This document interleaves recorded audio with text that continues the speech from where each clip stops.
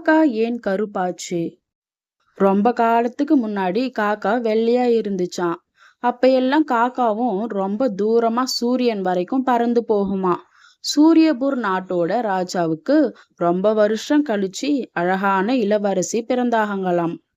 குழந்தையில இருந்து வீட்டை விட்டு வெளியவே வராம பெரியவங்களாகி வெளியே விளையாட வந்தாங்களாம். அவங்க பேரு அற்புதா. அவங்க விளையாடுறத பார்த்த சூரியனுக்கு அவங்கள ரொம்ப பிடிச்சு போச்சு. இளவரசிக்கும் சூரியனை ரொம்ப பிடிச்சு போச்சு. 2 பேரும் எப்பவும் பேசிட்டே இருப்பாங்களாம். ரொம்ப நல்ல நண்பர்களா மாறிட்டாங்களாம். ஒரு நாள் சூரியன் இந்த இளவரசிக்கு பரிசு கொடுக்க நினைச்சுச்சான். சூரியன் கிட்ட வரைக்கும் பறக்கின்ற காக்காவை கூப்பிட்டு பையில சந்தனம், வாசனை திரவங்கள், முத்து மாலை எல்லாம் கொடுத்து இளவரசி கிட்ட கொடுக்க சொல்லிச்சான்.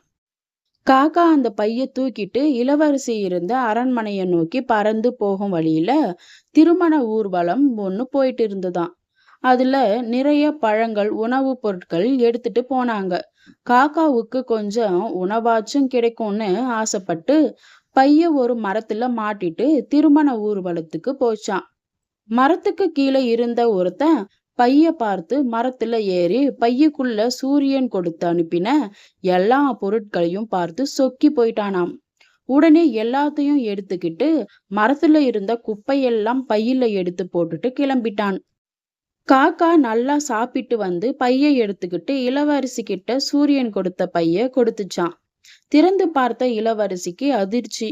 இந்த சூரியன் ஏன் இப்படி பண்ணிடுச்சு?